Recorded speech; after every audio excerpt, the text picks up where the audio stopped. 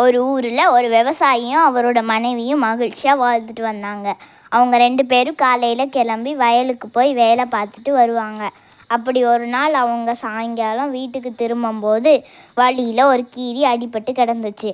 அதை பார்த்ததும் அவங்க அதுக்கு கொஞ்சம் தண்ணி கொடுத்து அதை வீட்டுக்கு எடுத்துகிட்டு வந்தாங்க.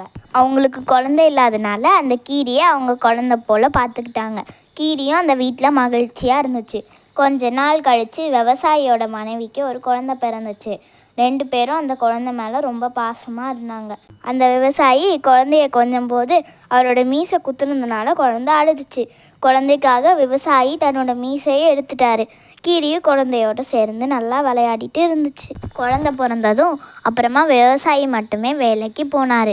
அவரோட மனைவி வீட்டில் இருந்து குழந்தைய பார்த்துக்கிட்டாங்க. ஒரு நாள் குழந்தை வீட்டில் தூங்கிக்கிட்டு இருந்துச்சு. விவசாயியோட மனைவி கீரிக்கிட்ட குழந்தைய பார்த்துக்க சொல்லிட்டு பக்கத்து தெருவில் இருந்து கிணத்துல தண்ணி எடுக்க போனாங்க. கிணத்துல கூட்டம் அதிகமாக இருந்ததுனால அவங்க தண்ணி எடுத்துகிட்டு வர தாமதமாயிருச்சு. அவங்க திரும்பி வந்து பார்த்தா கீரி வாசலுக்கு வெளியே நின்றுச்சு. கீரியோட வாயில் ரத்தக்கரையாக இருந்துச்சு. அதை பார்த்த விவசாயியோட மனைவி அந்த கீரி தன்னோட குழந்தைய கடிச்சிச்சோன்னு நினச்சி தண்ணி கொடுத்தா அப்படியே கீரி மாலையை போட்டுட்டு குழந்தைய பார்க்க வீட்டுக்குள்ளே ஓடுனாங்க. வீட்டுக்குள்ளே பார்த்தா குழந்தை அழகாக தூங்கிட்டு இருந்துச்சு. ஆனால் கொஞ்சம் தள்ளி ஒரு பாம்பு இறந்து கிடந்துச்சு.